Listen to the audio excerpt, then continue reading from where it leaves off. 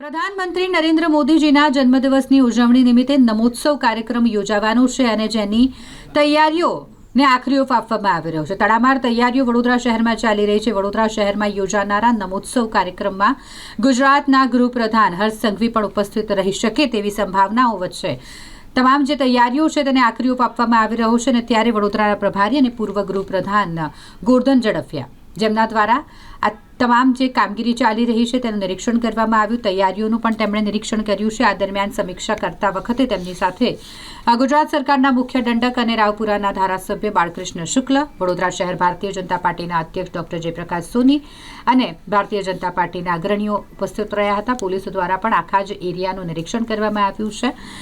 સાઈરામ દવે ગુજરાતના ખૂબ જ જાણીતા કલાકાર સહિત વડોદરાના કલાકારો નમોત્સવ કાર્યક્રમમાં પરફોર્મ કરવાના છે, એટલે કે તેઓ આ કાર્યક્રમ કરવાના છે. આટલો મોટો કાર્યક્રમ નમોત્સવ જ્યારે યોજાવાનો હોય ત્યારે તમામ તૈયારીઓને આખરી ઓપ આપવામાં આવી રહ્યો છે.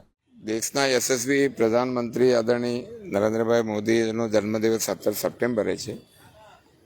એક એવું જીવન, એક ગરીબીમાંથી નીકળીને સમગ્ર જીવન રાષ્ટ્રાય સ્વાહા અને જે એમના જીવનના સંઘર્ષો, જીવનનો એક સેવાનો આદર્શ અને દેશના પ્રધાનમંત્રી તરીકે એક યશસ્વી પ્રધાનમંત્રી વૈશ્વિક સ્તરે માત્ર ભારત નહીં પણ દુનિયાભરમાં એમના કાર્યો, એમની સેવા અને સુશાસન આ બધાનો જે સુમેળ થયો છે, આ એક પ્રેરણાદાયી પ્રસંગ છે કે વ્યક્તિના જીવન ઘડતરમાં જે આવેલી ઘટનાઓ, વ્યક્તિના જીવનના ઘડતરમાં આવેલી મુશ્કેલીઓ અને એમાંથી મુશ્કેલીઓને પાર કરતાં કરતાં જે ભાવ હૃદયમાં સંગ્રહ હોય સેવાનો, એ કરવાનો જ્યારે અવસર મળે, જ્યારે પ્લેટફોર્મ મળે, જ્યારે દેશની પ્રજા આટલા પ્રેમથી સતત 3 વાર કદાચ આપણા હિન્દુસ્તાનની આઝાદીના ઇતિહાસનો ઇલેક્ટેડ પ્રધાનમંત્રી તરીકેનો એમનો કાર્યકાળ, એ કદાચ આપણે પહેલો કાર્યકાળ એવો છે જે ઇલેક્ટેડ પ્રધાનમંત્રી 3જી વખત બન્યા હોય અને આ દેશનું ગૌરવ છે. તો એ પ્રજા જાણે, એનામાં પ્રેરણા આવે, એનામાં ઉત્સાહ આવે અને રાષ્ટ્ર પ્રત્યે સેવાભાવમાં સમર્પિત થાય એ પ્રકારનું એક મલ્ટીમીડિયા અને કલાકારો સાથેનું એક બહુ મોટું ગ્રુપ આનું પરફોર્મન્સ કરશે.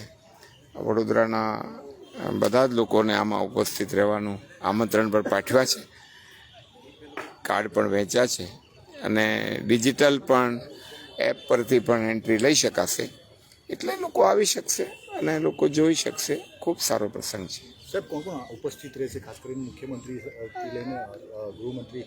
એવો હજુ નિર્ણય નથી થયો કોણ કોણ આવી શકે, કારણ કે આજે તો હાઉસ પણ કદાચ 5 વાગ્યા સુધી ચાલે. આજે બિનસરકારી પ્રસ્તાવનો પણ દિવસ છે, એટલા માટે કોણ આવી શકે.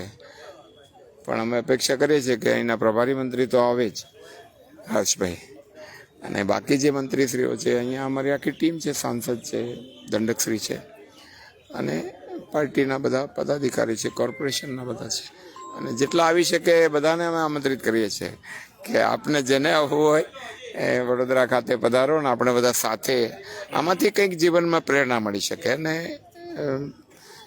પીપલ ગેટ ઇન્સ્પાયર્ડ કે આવું જીવન હોય, સંઘર્ષ, ગરીબી અને ઉલટા પ્રવાહે તરવાનો એક કાળખંડ, અને એમાંથી પાછું જ્યારે સત્તા મળે ત્યારે પણ સેવક તરીકેનો ભાવ, આ એક બહુ મોટું જીવનના ઘડતર માટે ઉપયોગી થશે.